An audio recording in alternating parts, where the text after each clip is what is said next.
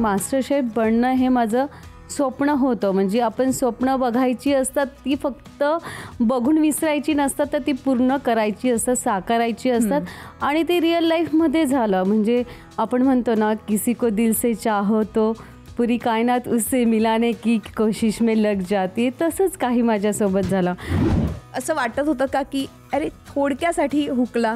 नाही, बिलकुल नाही. जेव्हा मी टॉप 3 मध्ये आले तेव्हाच मी जिंकले. क्या बात आहे. एक तो टॅग, मास्टर शेफचा टॅग असणं, म्हणजे मी त्याच्यासाठी कधी एवढी धडपड केलीच नाही. मी फक्त नेहमी प्रयत्न केला माझा बेस्ट देण्याचा. म्हणजे हातात 2 पिशव्या घेऊन रात्री 12 पर्यंत सगळं प्रिपरेशन करून सकाळी 4 वाजता उठून सगळी तयारी केली. मी आपली साधी भोळी साडी घालून लाईनीत उभी राहिली. तिथे मुंबई आहे. मुंबई हे शेवटचं ऑडिशन होतं. म्हणजे फक्त असं नाही की महाराष्ट्राचीच लोक होती. ज्यांची ऑडिशन मिस झाली होती ते लोकही तिथे होती. पहिली भीती ही होती की शेफ रणवीरकडनं आपल्याकडनं आपण सिलेक्ट होऊ की नाही.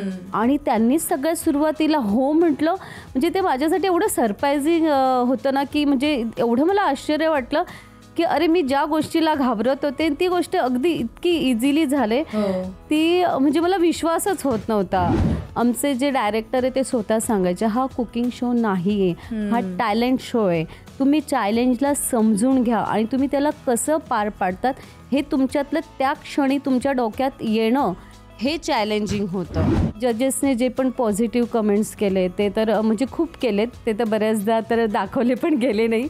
हा शो तुमच्यासमोर जो स्क्रीनवर येतो तो एडिट होऊन येतो.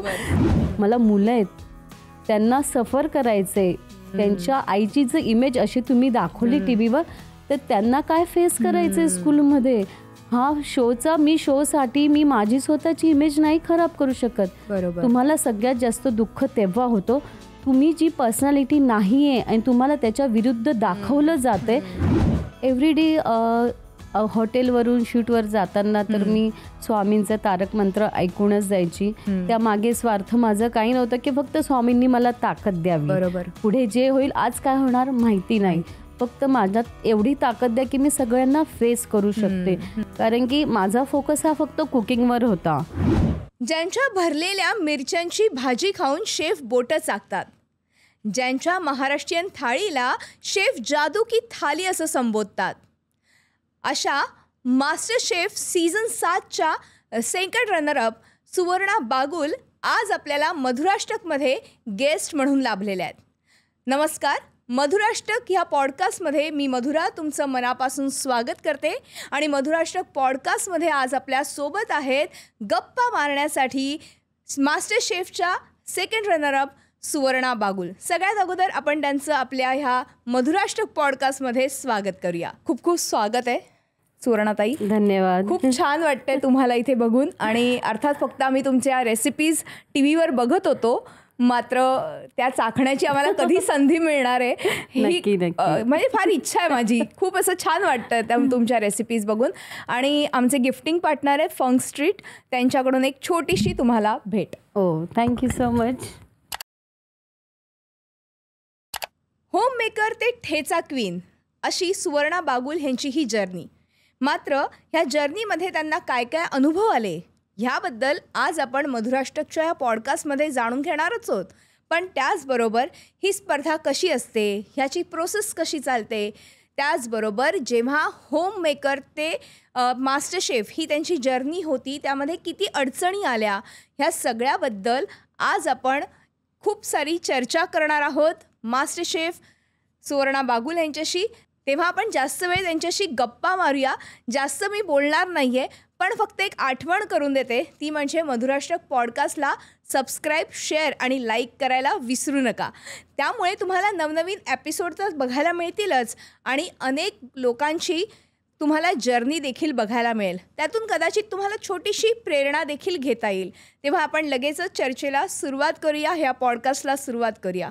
सुवर्णाताई, म्हणजे नेहमीच तुम्ही म्हणायचात की काहीतरी आयुष्यात केलं पाहिजे, पण काय केलं पाहिजे हे बऱ्याचदा अनेकांना कळत नाही आणि त्या दिशेने ते पावलंही उचलत नाही.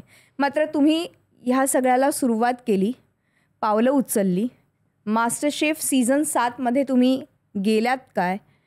तुमच्या वेगवेगळ्या रेसिपीजनी तुम्ही शेफची मनं जिंकलीत काय? आणि सीझन 7च्या तुम्ही उपविजेत्या झालात काय? कसा होता हा सगळा प्रवास जाणून घ्यायला खूप आवडेल.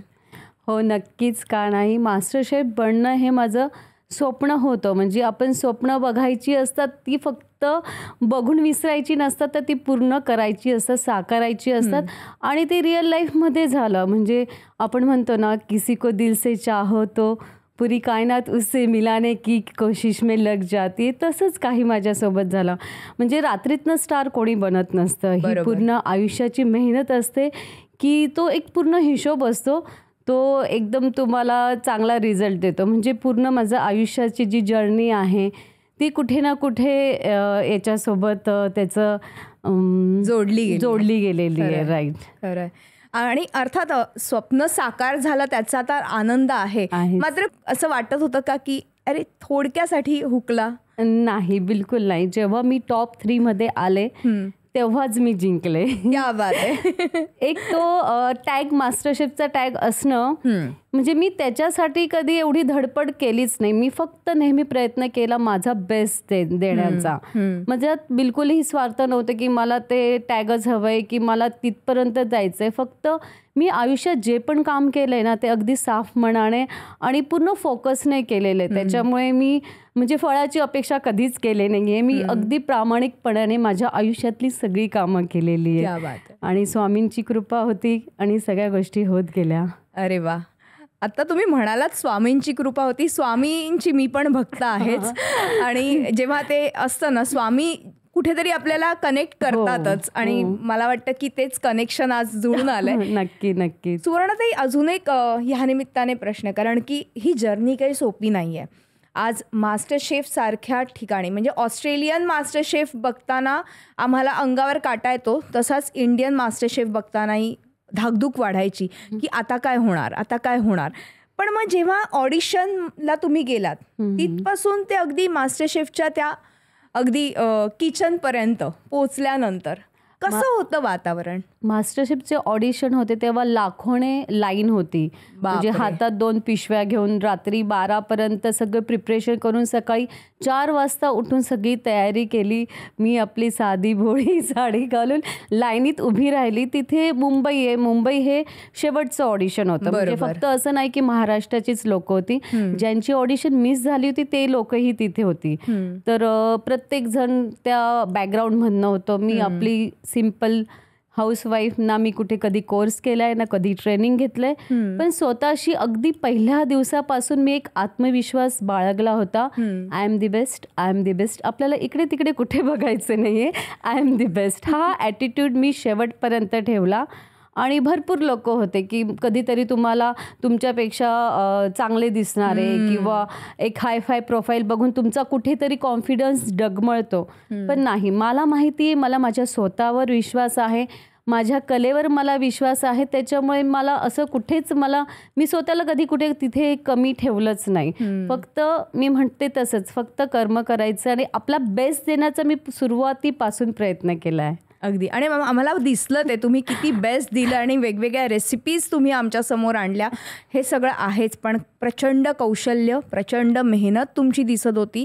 आणि सुवर्णाताई, जेव्हा आम्ही बघायचो मास्टर शेफचे वेगवेगळे एपिसोड्स, तेव्हा आमची पण धाकधूक वाढायची. बापरे, आता एवढ्या कमी वेळांमध्ये वेगवेगळ्या रेसिपीज कशा होणार, हा प्रश्न आम्हालाही बसल्या जागी. म्हणजे टी व्हीवर आम्ही बघतोय, पण तुम्ही तिथे प्रत्यक्षात करताना एक वेगळा अनुभव आणि तुमच्या सगळ्यांच्या चेहऱ्यावर एक प्रकारचं टेन्शनही असायचं की आता त्या शेफला आवडेल की नाही हे पण वाटायचं. पण बऱ्याच असं व्हायचं की तुमच्या डिशेस शेफला आवडायच्या. आणि शेफ ऑडिशनच्या पण डिशच्या वेळेस शेफ म्हणालेले की हे जादू की थाली आहे.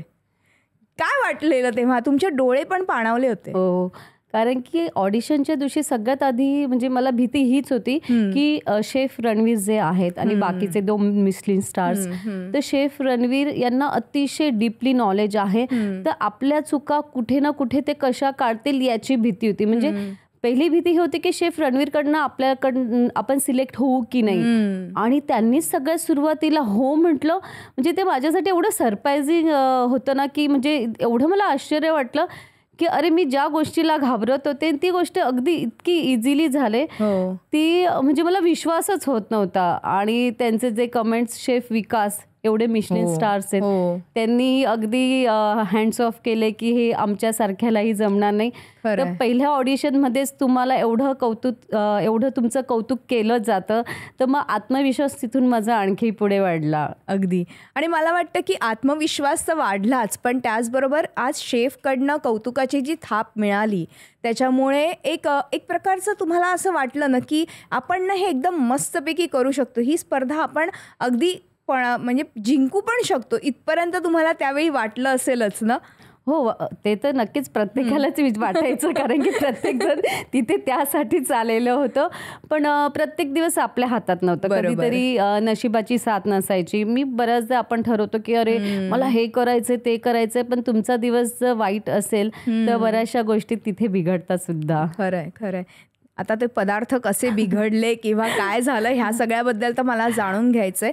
पण तत्पूर्वी अजून एक प्रश्न, ज्या शेफच्या रेसिपीज बघत आपण वेगवेगळ्या रेसिपीज आपल्या घरी ट्राय करतो, आज त्यांच्यासमोर जेव्हा आपण आपले पदार्थ करून दाखवतो किंवा त्यांना सांगतो की चाखायला, तेव्हा काय भावना होत्या?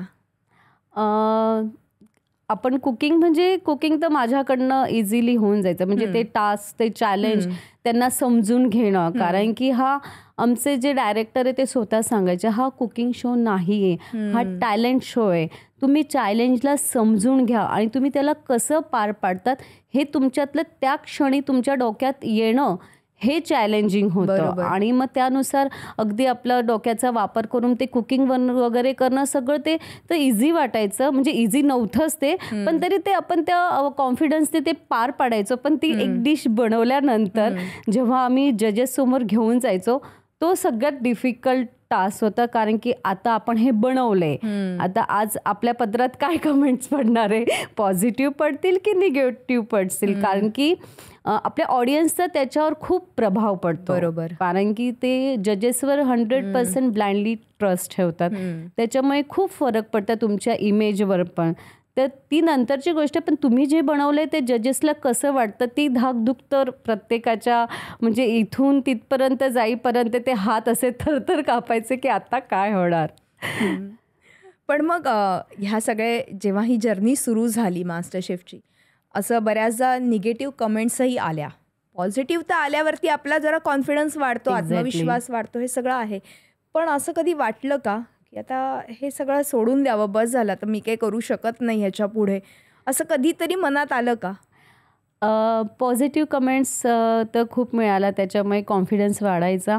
आणि जिथे कुठे निगेटिव्ह कमेंट्स आल्या तर मी आयुष्यात प्रत्येक गोष्ट ही पॉझिटिव्हच घेते, त्याच्यामुळे मी त्यांना कधी निगेटिव्ह घेतलंच नाही. आपण त्यात आणखी काय इम्प्रूव्हमेंट करू शकतो की मी कुठे चुकले, माझं अजून कसं बेस्ट होऊ शकतं याचा मी नेहमी विचार केला. त्याच्यामुळे आणि जजेसने जे पण पॉझिटिव्ह कमेंट्स केले ते तर म्हणजे खूप केलेत, ते तर बऱ्याचदा तर दाखवले पण गेले नाही.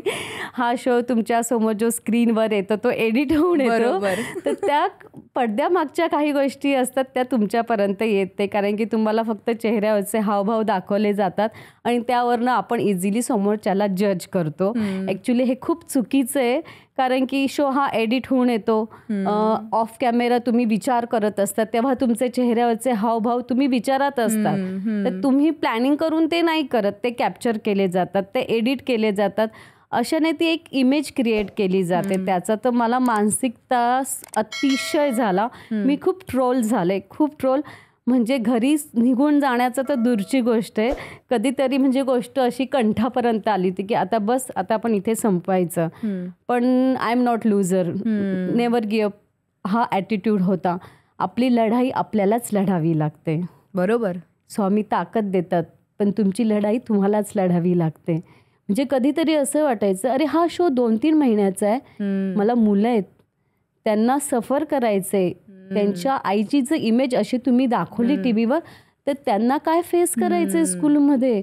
हा शोसाठी मी माझी स्वतःची इमेज नाही खराब करू शकत. बरोबर. तुम्हाला सगळ्यात जास्त दुःख तेव्हा होतो तुम्ही जी पर्सनॅलिटी नाही आहे आणि तुम्हाला त्याच्या विरुद्ध दाखवलं जातंय, ती खूप दुःखदायी गोष्ट आहे की अरे मी ही तर अशी नाहीच आहे.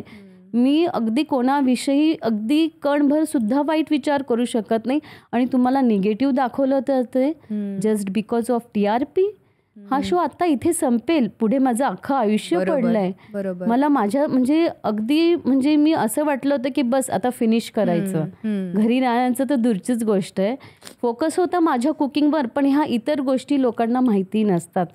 फक्त तो एक फेस अक्षरशः म्हणजे एव्हरीडे मी खूप रडले. बापरे. ऑफ कॅमेरा रूमवर जाऊन, आणि मग तो सुजलेला चेहरा, मग तो निगेटिव्हिटी ते दाखवणार. पण तुम्हाला माहिती नाही आहे, गोव्याला एक चॅलेंज होतं. आदल्या दिवशी पूर्ण उन्हात आम्हाला उभं राहून चॅलेंज केलं, त्याच्यामुळे भरपूर जणं आजारी पडले. आणि नेक्स्ट डे मला डायरिया झाला, वॉमिटिंग रात्रभर. आणि तशा कंडिशनमध्ये आम्ही कुकिंग केलं. आणि ती मनस्थिती ठेवून कुकिंग करणं, आणि मी माझ्यासोबत जो होता, जो कुकिंग करणारा माझा पेअर होता, तो आणि मी अतिशय बेस्ट फ्रेंड. म्हणजे माझे सगळेच चांगले होते, माझी सगळ्यांशी छान जमायची. पण आपण एक फ्रेंड मध्ये आपण एकदम कम्फर्ट लेवलला बोलतो, तर त्या गोष्टीला सुद्धा कुठेतरी निगेटिव्ह दाखवलं गेलं.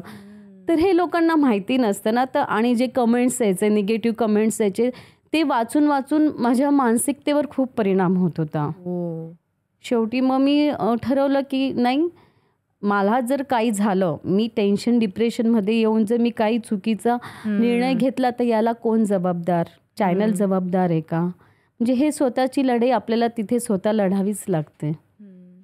पण मग हे सगळं सुरू असताना मनात असे विचार येणं स्वाभाविक आहे, कारण की आपण जे नाही आहोत ते दाखवलं जात आहे. अशा वेळी मग तुम्ही काय केलं, म्हणजे ह्याच्यातनं मार्ग कसा काढला? बघा, आता तुमची ही सिच्युएशन आहे, तशी इन फ्युचर किंवा आत्ता अनेकांची सिच्युएशन असू शकते की आपण जे नाही आहोत ते दाखवलं जातं आपल्या लोकांसमोर. पण मग अशा वेळी ह्या सगळ्यातून मार्ग काढण्यासाठी तुम्ही काय केलं? म्हणजे मेडिटेशन केलं, स्वामींची प्रार्थना केली, काय केलं? एव्हरीडे हॉटेलवरून शूटवर जाताना तर मी स्वामींचं तारक मंत्र ऐकूनच जायची. त्यामागे स्वार्थ माझं काही नव्हतं की फक्त स्वामींनी मला ताकद द्यावी. बरोबर. पुढे जे होईल, आज काय होणार माहिती नाही, फक्त माझ्यात एवढी ताकद द्या की मी सगळ्यांना फेस करू शकते. कारण की माझा फोकस हा फक्त कुकिंगवर होता. बाकी कोणाला काही बोलू देत, काही करू देत, पण तरीसुद्धा आपण माणूस आहे शेवटी, कुठे ना कुठे तुम्ही डिस्टर्ब होणारच. त्याचा परिणाम माझ्या कुकिंगवर पण व्हायला लागला होता. बापरे. फक्त फोकस आणि कॉन्सन्ट्रेट, मी इकडे तिकडे काही बघितलं नाही. मी स्टील फोकस ठेवला माझ्या कुकिंगवर.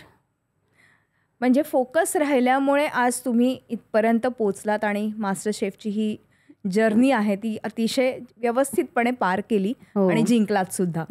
हे सगळं आहे सुवर्णा मॅम. पण जेव्हा आपण हा विचार करतो ह्या सगळ्यामध्ये की आज आपण मास्टर शेफमध्ये गेलो आहे, आज तिथे काय नेमकी होतं हे आम्हाला माहिती नसतं. तुम्हाला अचानकपणे कुठला टास्क दिला जायचा आणि सांगितलं जायचं की आज तुम्हाला ही रेसिपी बनवायची किंवा इटालियन बनवायचं आहे किंवा कॉन्टिनेंटल बनवायचं आहे, काय म्हणजे नेमकं कशा पद्धतीने ही स्पर्धा चालायची, ही प्रोसेस नेमकी कशी होती? कारण तुम्ही धावत जाऊन ते सगळे वेगवेगळे इन्ग्रेडियंट्स आणायच्यात आणि फटाफट ते रेसिपी बनवायच्या. तासाभरात आय थिंक मला वाटतं की ती बनवली जायची. तर त्याबद्दल तुम्हाला जेवढी धाकधूक व्हायची त्याच्या 10 पट धाकधूक आम्हाला असायची.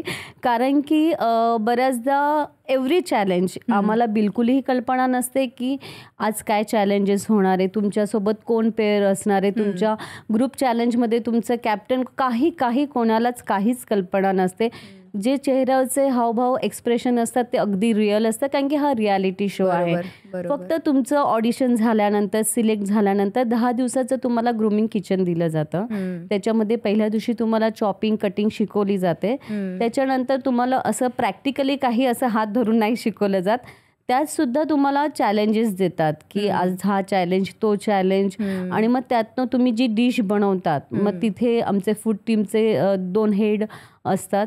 ते मग तुम्हाला सांगणार की ही अशी प्लेटिंग नको, मग हे अंडर कुक आहे, हे ओव्हर कुक आहे. तर ते 10 दिवसाचं ट्रेनिंग असतं ना, ग्रूमिंग किचन असतं. त्यात मग तुम्हाला तुमची मर्जी की मग तुम्हाला जो वेळ असं की मग तिथे मी माझ्या टेक्निक्स शिकले, जे मी आपण रोजच्या जेवणात तर आपण त्या लेवलच्या टेक्निक्स तर वापरत नाही. तर मग तिथे एक्सपेरिमेंट्स करायचे. एक्सपेरिमेंट्स करायची की ही टेक्निक कशी करायची, याला कसं इम्प्रूव्ह करायचं. मग हा जो बेसिक असतो ना, हा बेस आम्ही तिथे तयार करायचं. म्हणजे स्पेशली माझ्या बाबतीत सांगते, कोणाला काही जमत नसेल तर ते तिथे एक्सपेरिमेंट करायचे आणि मग ते सगळं डोक्यात ठेवून कुकिंगच्या वेळेस तुम्ही ती टेक्निक तिथे वापरायची. बरं असं. पण मग अशा वेळेस जेव्हा तुम्ही ह्या सगळ्या डिश प्रेझेंट करत होतात तेव्हा असं कधी झालंय का एखादी डिश फसली आहे? हो, एकदा झालंय तसं. मी एक महाराष्ट्रीयन प्लॅटर बनवलं होतं. त्यात 7-8 एलिमेंट्स होते वेगवेगळे आणि त्या दिवशी माझ्यासमोर एवढा मोठा फिश आणून ठेवला आणि त्याला कटिंग पण मला करायचंय, त्याला साफ पण करायचंय आणि अजून सोबतचे 6-7 एलिमेंट्स पण बनायचे. टाइम लिमिट पण आहे. तर ते करण्यात फिश कट करताना कुठेतरी फिशचा एक पीस माझ्याकडनं मोठा राहिला गेला असेल, तर तो प्रॉपर कुक नव्हता झाला आणि आम्हाला 2 डिश बनवाव्या लागायच्या. एक जजेससाठी वेगळी आणि एक प्रेझेंटेशनसाठी. तर तिथे पण टेस्टिंग व्हायची. तर तो कुठेतरी एवढ्या प्रेशरमध्ये तो राहिला असेल, थोडाफार कच्चा राहिला असेल, पण त्याच्यासोबत 7-8 एलिमेंट्स होते, त्याच्यामुळे वाचले मी. पण मग बाकीच्यांच्या रेसिपीज बघताना तुम्हाला असं धडधड व्हायचं का? मी ते करतायत, अरे वेगवेगळं काहीतरी करतायत, कारण की बऱ्याच एक्सपर्ट होते तिथे. हो, नाही, मी कधीच कोणाकडे बघितलं नाही. माझा फोकस फक्त मला काय करायचंय त्याच्यावरच होता आणि तेवढा वेळही नसतो, कारण की आपल्याला त्या टायमिंगमध्ये डिश पूर्ण करायची असते ना. कोणी कोणाकडे बघत नाही, कारण की प्रत्येकाला आपली आपली पडलेली असते. कोणी कोणाकडे बघत नाही.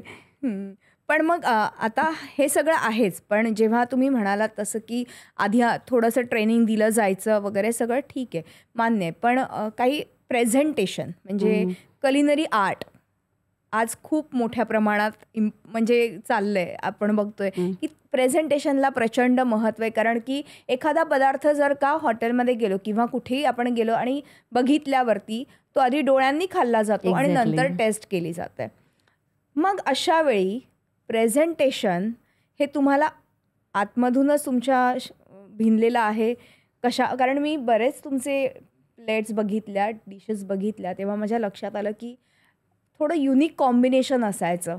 खास करून मला मासवडी आणि थाय करी हे वेगळंच कॉम्बिनेशन, म्हणजे असं कोणी कॉम्बिनेशनच केलं नसेल. सो मला तेच विचारायचे की हे प्रेझेंटेशन स्किल कुठून डेव्हलप झालं तुमच्यामध्ये? मास्टर शेफचा पहिल्या दिवसापासूनचा रूल होता टेस्ट, इनोव्हेशन आणि प्रेझेंटेशन. तर ह्या 3 गोष्टी डोक्यात सतत असायच्याच. आणि आर्टचं बॅकग्राऊंड असल्यामुळे कलर कॉम्बिनेशन वगैरे ते तर माझ्या आतमध्येच आहे, म्हणजे माझं भिनलेलंच आहे. आर्टचं बॅकग्राऊंड म्हणजे मी 10वी नंतर आर्ट टीचर ऑफ डिप्लोमा केलेलं आहे. तर ते तर आर्टिस्ट आहेच मी आणि बऱ्याचशा गोष्टी केलेल्या आहे. म्हणजे आयुष्यात इथपर्यंत येण्यासाठी भरपूर पापड वेललेले. I am also graphic designer. हो, मी ग्राफिक डिझाईन पण केले. 2004 मी 3D ॲनिमेशन केलेलं आहे. जेव्हा मुलगी 3 तास प्लेमेटला जायची, तेवढ्या 3 तासामध्ये मी क्लास करून परत घरी परत यायची, ती घरी यायच्या आत. तर हे स्ट्रगल सुरुवातीपासूनचे आणि ते स्ट्रगल आत्ता सुद्धा सुरूच आहे असं म्हणायला हरकत नाही, कारण आजही तुम्ही वेगवेगळ्या डिशेस तुमच्या यूट्यूब चॅनलच्या माध्यमातून लोकांसमोर आणत असतात. ठेचा क्वीन म्हणूनही तुम्ही सुप्रसिद्ध झालात, याबद्दल तर मला विचारायचं आहे. पण हे सगळं असताना आजकाल ना अनेकांना असं आहे ना की स्वयंपाक करणं किंवा जेवण बनवणं हा एक मोठा टास्क वाटतो किंवा त्यांना आवडत नाही. हे काय बनवायचं, कुठे त्या किचनमध्ये 1-1, 2-2 तास घालवायचे. पण आज तुमची जर्नीच याच्यामध्ये सुरू आहे आणि तुम्ही उत्तमच करत असणार, कारण की त्या प्लेट्सच्या मी म्हटलं ना की जसं आपण बघितल्यावरतीच कळतं की खूपच छान झाला आहे हा पदार्थ, दिसण्यावरनंच कळतं. तर मला हे विचारायचं आहे, हे बाळकडू किंवा ही गोष्ट कशी शिकला तुम्ही तुमच्या? कारण पहिली गुरु तर आपली आई असते स्वयंपाक शिकवणारी. मग त्याबद्दल मला जाणून घ्यायला आवडेल जास्त. आमच्या घरात सगळेच छान स्वयंपाक बनवतात.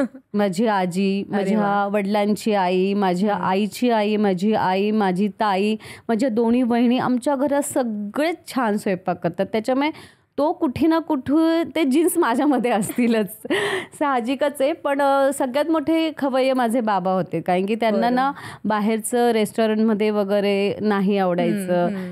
हायजीन पर्पज, त्याच्यामुळे त्यांना नाही आवडायचं बाहेरचं. तर त्यांचं म्हणणं काय असायचं, तुम्हाला काय हवं आहे ना ते इन्ग्रेडियंट्स सगळे मी आणून देतो, तुम्ही घरी बनवा. तर मग ती सवय लहानपणापासून होती. आणि ताई पण वेगवेगळे पदार्थ बनवायची, मग तिचं कौतुक केलं जायचं. तर मला पण वाटायचं अरे हां मी पण काहीतरी करावं, मग माझंही कौतुक होईल. तर हे घरातनं सुरुवातीपासून होतं. आणि जसं आम्ही माहेरी वगैरे जातो तर मग माझा भाऊ पण अरे आज मी हे आणतो ते आणतो, मग काहीतरी करून दाखव ते. आणि आम्ही पण आमच्या मागच्या दारी चुलीवर छानपैकी जेवण बनवतो, मटण वगैरे शिजवतो. ते सगळं आम्ही फॅमिली मिळून असं ते कुकिंगमध्ये सगळ्यांनाच इंटरेस्ट असल्यामुळे ते कुठे ना कुठे लहानपणापासून आहेच आतमध्ये. म्हणजे थोडक्यात लहानपणापासूनच तुम्हाला ह्या सगळ्याची आवड आहे. आणि त्या व्यतिरिक्त तुम्ही वेगवेगळे कोर्सेस केलेत, आर्ट टीचर आहात, म्हणजे हे सगळं कुकिंग सोडून सगळे कोर्स केले. कुकिंग मला वाटतं कुकिंगची तुम्हाला कोर्सेसची गरजच नाहीये, कारण तुम्ही उत्तमच स्वयंपाक करताय आणि तुम्हाला ते उपजतच आहे तुमच्यामध्ये. त्यामुळे वेगळं काही करायची गरज नाही. पण मास्टर शेफ सारख्या या सगळ्या प्रवासामध्ये तुम्ही बऱ्याच काही गोष्टी शिकलात. तर त्याबद्दलच मला जाणून घ्यायचे की कसा होता तो अनुभव, की मास्टर शेफने तुम्हाला काय दिलं, एक म्हणजे थोडक्यात काय सांगाल त्याबद्दल? कॉन्फिडन्स. नाव तर दिलंच आहे, सुवर्णाजी, शेफ सुवर्णा, जी एक इमेज तयार झाली त्याच्यासोबत कॉन्फिडन्स. जसं तुम्ही थोड्या वेळापूर्वी बोललात की बऱ्याचशा जणांना कळत नाही की आपलं पॅशन काय, आपल्याला कशात करिअर करायचं आहे. अर्ध आयुष्य निघून जातं तरीसुद्धा बऱ्याचशा जणांना हां मला पेंटिंग पण येतं, मी पेंटिंग पण छान करते, मी स्वयंपाक पण छान करते, मी डान्स पण छान करते. पण तुम्हाला तुमची नशिबाची साथ कुठे मिळते हे तुम्हाला अर्ध आयुष्य निघून जातं तरीसुद्धा नाही समजत. तर ते एक तर नशिबाची साथ हवी, तुमची मेहनत त्याच्यासोबत तर नक्कीच हवी. पण एवढंच आहे की मेहनत करत जा, तुम्ही मेहनत करत जा, कुठे ना कुठे तुम्हाला तर यश नक्कीच मिळेल. पण मग मास्टर शेफने तुम्हाला नावा व्यतिरिक्त जो आत्मविश्वास दिलाय आणि ठेचा क्वीनही तुम्हाला संबोधलं गेलं, हे बिरुद आता तुमच्या नावापुढे लागतं, कसं वाटतं? नाही, खूप छान वाटतं. कारण की कुकिंग तर सगळ्यांनीच केली आहे, पण तुम्हाला एका टॅगने ओळखलं जातं. कारण की सगळेच आपल्या आपल्या याच्यात फेमस होते. कोणी साऊथ इंडियन कुकिंग करायचं, कोणी ॲसेमीज करायचं, मी महाराष्ट्रीयन फूडसाठी फेमस होते. पण तुम्हाला एक पर्टिक्युलर टॅग दिल्यानंतर एक तुमची ती ओळख होते. आता बऱ्याचशा जणांना माझं नाव प्रोनाऊन्स करता येत नाही, सुवर्णा. अरे आप वो हो ना, अरे ठेचा क्वीन. ते एक आपली ती ओळख बनते, तर छान वाटतं. अर्थात ओळख तर तुम्ही बनवलीच आहेत, कारण होम मेकर ते मास्टर शेफची ही जर्नी तुम्ही अतिशय व्यवस्थित पार केली, हे सगळं आहे. पण मग जेव्हा तुम्ही दोन अशा वेगळ्या प्लेट्स जेव्हा मी बघितल्यावरती, एक तो माझा पाय ही एक वेगळी डिश तिथे तुम्ही करून दाखवली शेफ समोर, आणि मासवडी आणि थाय करी, काय कुठून सुचल्या ह्या दोन्ही रेसिपीज? माझा पाय जेव्हा आम्हाला चॅलेंज होतं USA आणि महाराष्ट्र, तुम्हाला दोघांना रिप्रेझेंट करायचं एका डिशमधनं. आणि USA मध्ये तर काफी लिमिटेड होतं, ॲपल पाय, बर्गर्स आणि फ्राईज असे खूप ऑप्शन नव्हतेच.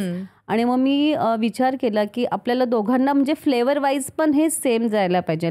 ॲपल पायमध्ये कसला फ्लेवर असतं, सिनेमनचं असतं, आणि आपण जे थंडीच्या दिवसात गुळाची पोळी वगैरे मसाला टाकून करतो, तर ते माझ्या डोक्यात आलं. त्याचा मी सॉस बनवला, पाय बनवला. पाय जो क्रस्ट असतो, जो पाय असतो, तो मी फक्त मैद्याचा न बनवता त्यात मी तांदळाचं पीठ वापरलं, बेसन, जे आपले महाराष्ट्रीयन इन्ग्रेडियंट्स आहे, जे आपण मोदकासाठी, लाडवासाठी वापरतो, आणि जे आपल्या दिवाळीसाठी किंवा जे अगदी सहजपणे आपण सेलिब्रेट करतो, ते मी डोक्यात ठेवून तशा लेयर्स बनवल्या. बरं.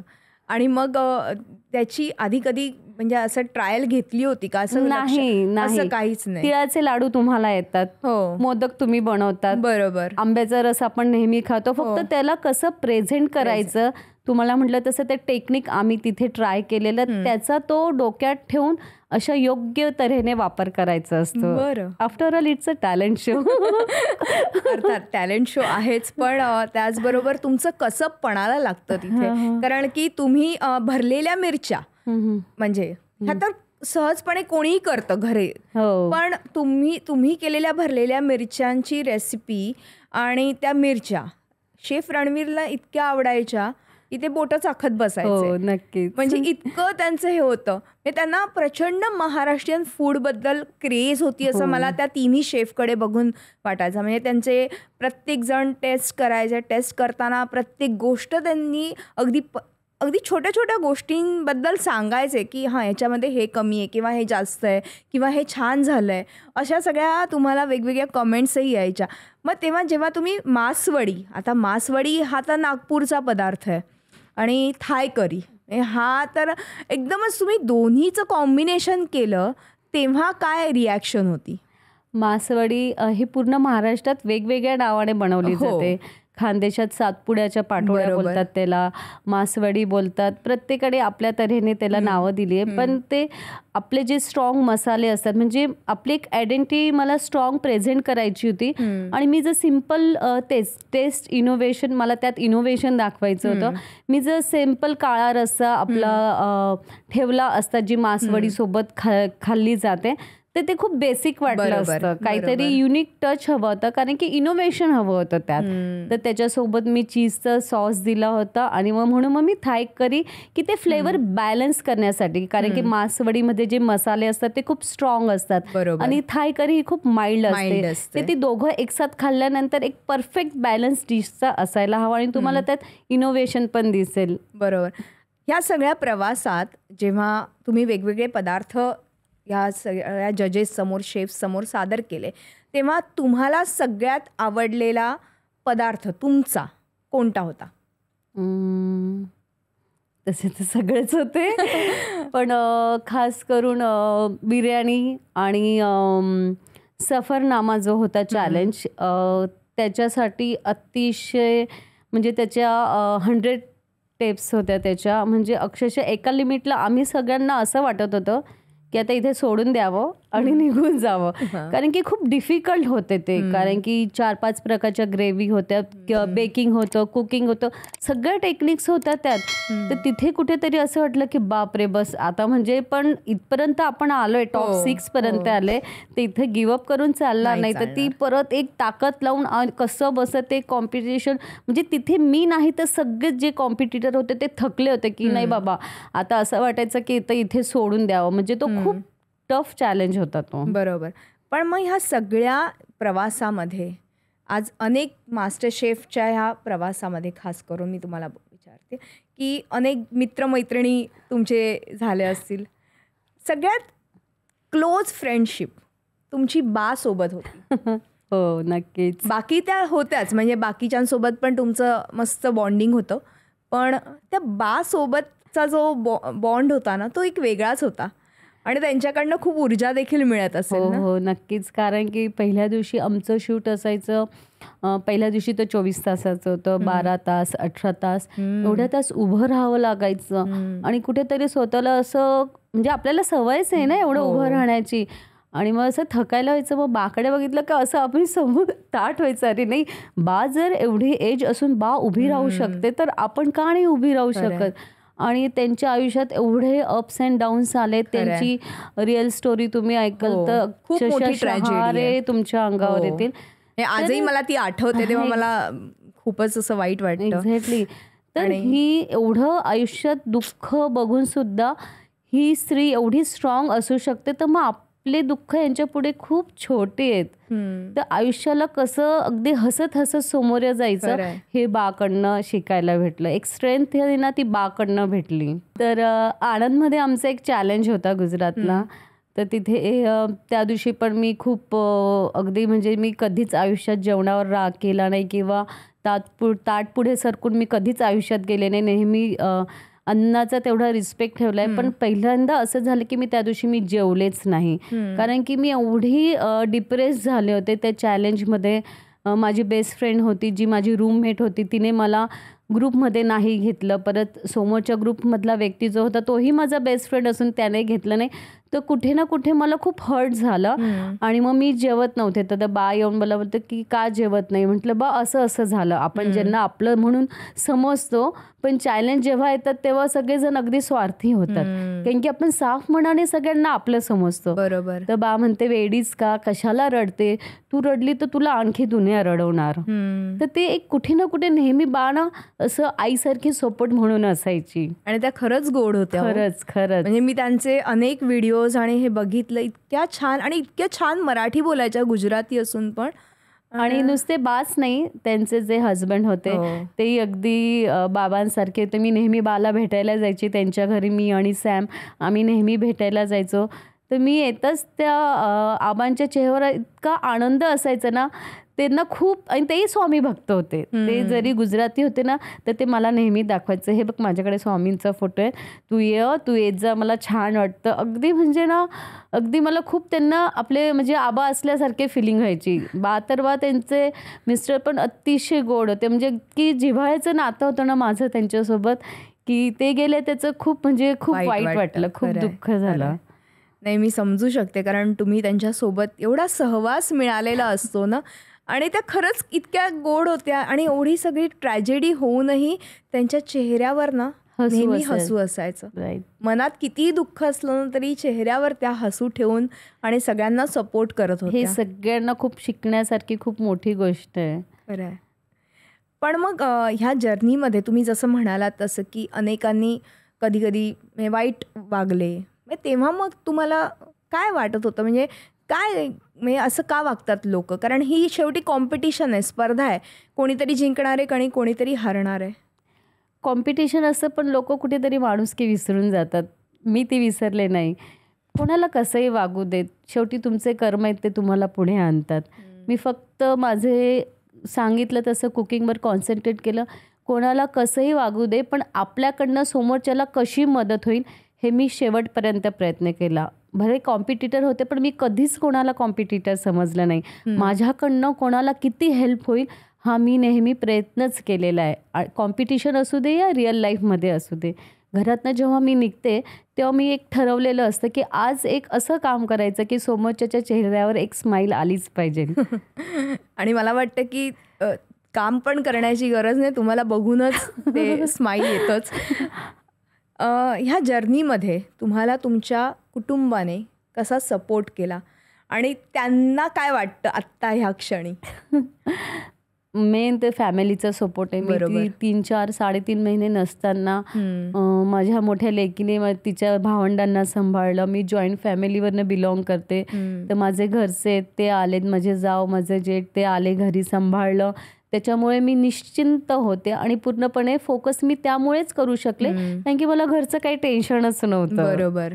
जेव्हा तुम्हाला इतर गोष्टींचं टेन्शन नसतं तेव्हाच तुम्ही कामावर फोकस करू शकतात. त्याच्यामुळे मला घरच्यांची खूप सपोर्ट मिळाला, अजूनही साथ आहे आणि त्यांना अजूनही खूप कौतुक वाटतं. आधीही होतं आणि आजही आहे.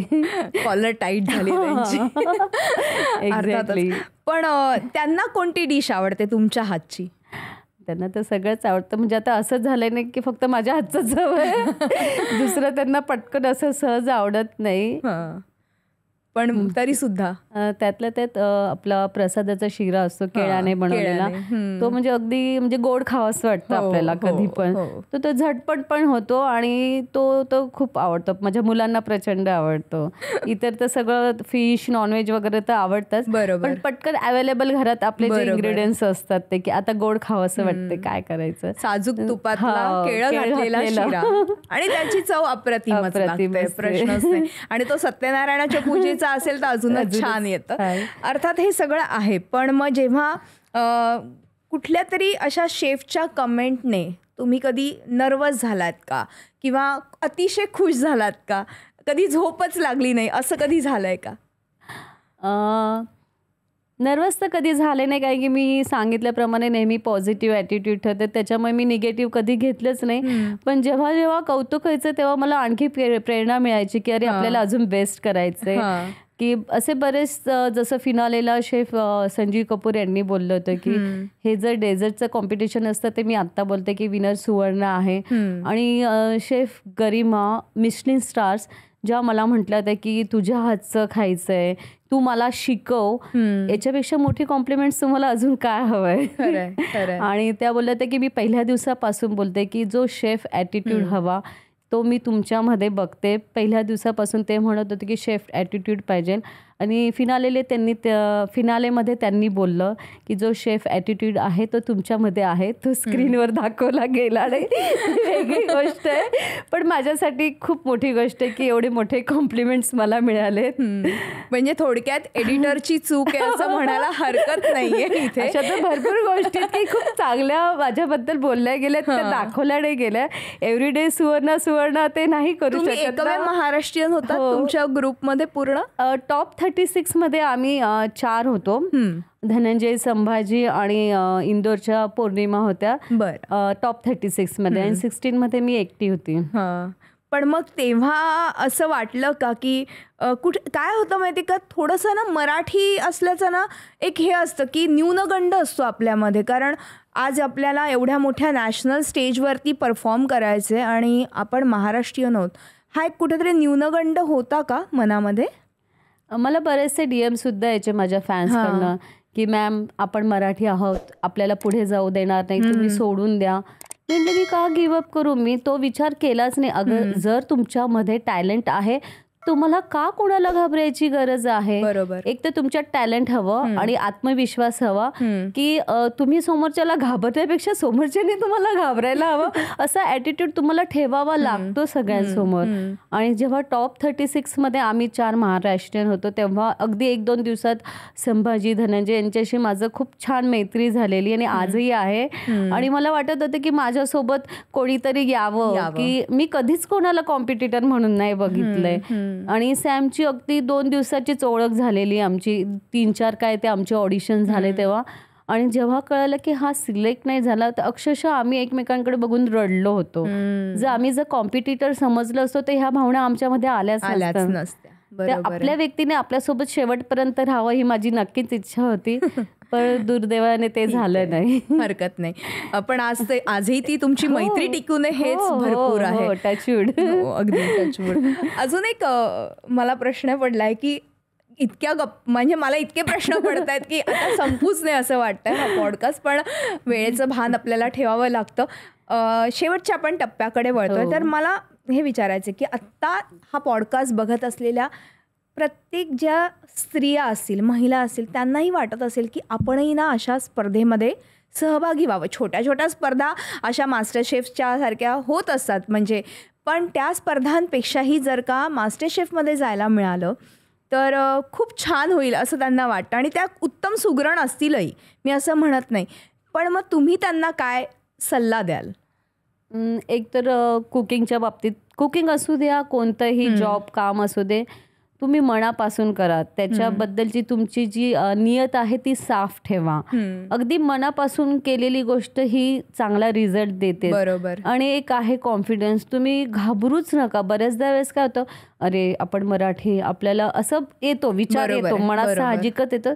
तो विचार तुम्ही करूच नका ना, बिलकुल करू नका. फक्त फोकस राहायचं आणि तुम्ही जे काही पण करतायत ना ते तुम्ही अपेक्षा नका ठेवू. ठीक आहे, आज तुम्ही नाही सिलेक्ट झाला, उद्या नाही झाला, पण तुमच्या प्रयत्नाला कुठेतरी यश मिळेलच. अगदी अगदी अर्थात. आणि प्रयत्नशील परमेश्वर हे उगाच म्हटलेलं नाहीये.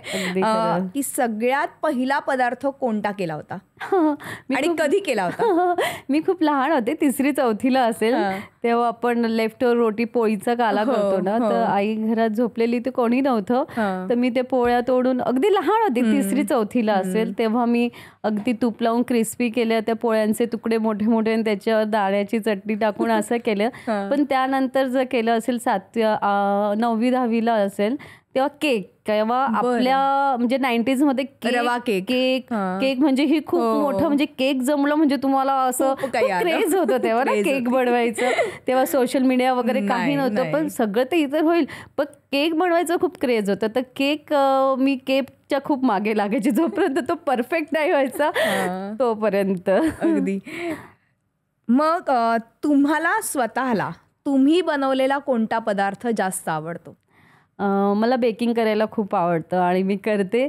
बेकिंग केल्यानंतर जो रिझल्ट येतो ना, परफेक्ट रिझल्ट येतो ना, तो बघून मला खूप आनंद वाटतं. म्हणजे खाण्यात मला एवढा इंटरेस्ट नाहीये, पण ते सक्सेसफुली झालं आणि समोरच्याला खाऊ घालण्यात, जे मी पहिल्या दिवसापासून बोलते, मला स्वतः खाण्यापेक्षा समोरच्याला भरवण्यात जास्त आनंद वाटतं. मग तुमच्याकडे यायलाच पाहिजे. नक्की.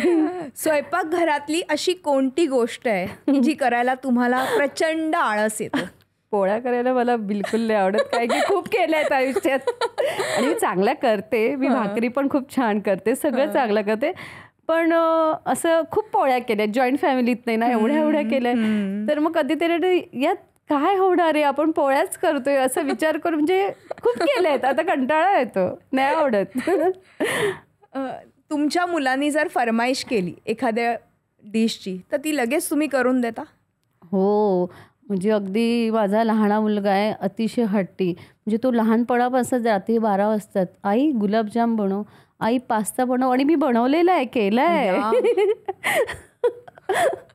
गुलाबजाम? हो, रात्री 12 वाजता पास्ता. म्हणजे त्याला जेव्हा जे सुचेल ना तेव्हा ती हट्टी करायचा तो. म्हणजे मास्टर शेफच्या आधीची गोष्ट आहे आणि ती मी पूर्णही केली. मी असं नाही म्हटलंच नाही मी कधी कोणाला. पुढच्या भविष्यामध्ये असं वाटतं की एखादं आपलं छोटंसं का होईना पण रेस्टॉरंट असावं? छोटं का, मोठंच असायला हवं. खूप चांगलं आहे, मोठं असावंच, पण आपण सुरुवात आधी छोट्यापासून करत असतो. बरोबर आहे, ते प्रत्येक शेफचं स्वप्न असतंच. बरोबर. स्वामींची इच्छा असेल तर तेही होईल भविष्यात. अगदी होईल, अगदी होईल. छोटं नाही, मोठंच होईल, तुम्ही जसं म्हणालात तसं, आणि व्हावं.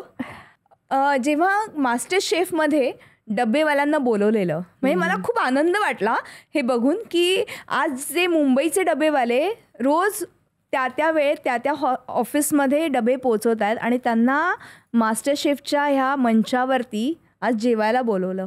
किती आनंद झाला असेल त्यांना ना. म्हणजे चॅलेंज होतं की तुम्हाला एक इनोव्हेटिव्ह थाली बनवायची आहे आणि तुम्हाला आयडिएशनला बिलकुल वेळ नसतो. म्हणजे तुम्ही इन्ग्रेडियंट्स घेतायत आणि विचार करताय, सतत विचार करताय की तुम्हाला काय बनवायचं आहे ते. आणि जसा दरवाजा खोलला आणि समोर डब्बेवाले आले, म्हणजे इतका आनंद झाला ना, आणि माझा कॉन्फिडन्स अजून 10 पटीने वाढला. वा. की म्हटलं आज तर काहीही करून चॅलेंज आपल्याला जिंकण्यापेक्षा त्यांना भरवण्याचा जो, म्हणजे तुम्हाला एक खूप चान्स मिळाला आहे. ते रोज लोकांसाठी डबे पुरवतात, एवढं पुण्याचं काम करतात, त्यांच्यासाठी आपल्याला काहीतरी करण्याची एक संधी मिळाली, याचा मला आनंद होता. आणि आपले मराठी फ्लेवर्स, मराठी लोक, ते सगळं असं जुळून येत होतं. आणि मी पहिल्यांदा कॅप्टन झालेली तेव्हा, आणि ती जबाबदारी पण होती माझ्यावर. ते म्हणजे जिंकणं हे मी कधी डोक्यात ठेवलंच नाही. आपलं बेस्ट देणं हेच मनापासून समोरच्याला खाऊ घालण्याची, म्हणते नियत, तुमची नियत साफ हवी. आणि अगदी म्हणजे ज्या सेलिब्रिटीला आपण बघण्यासाठी तरसतो, कुकिंगच्या वेळेस आम्ही त्यांच्याकडे बघायचं सुद्धा नाही, कारण की तो एक एक क्षण मिनिट सुद्धा महत्वाचा असायचा कॉम्पिटिशन मध्ये. म्हणजे थोडक्यात खूप एन्जॉय केली ही जर्नी असं म्हणायला हरकत नाहीये. आणि त्या कॉम्पिटिशनमध्ये शेफ रणवीर यांनी एवढं कौतुक केलं.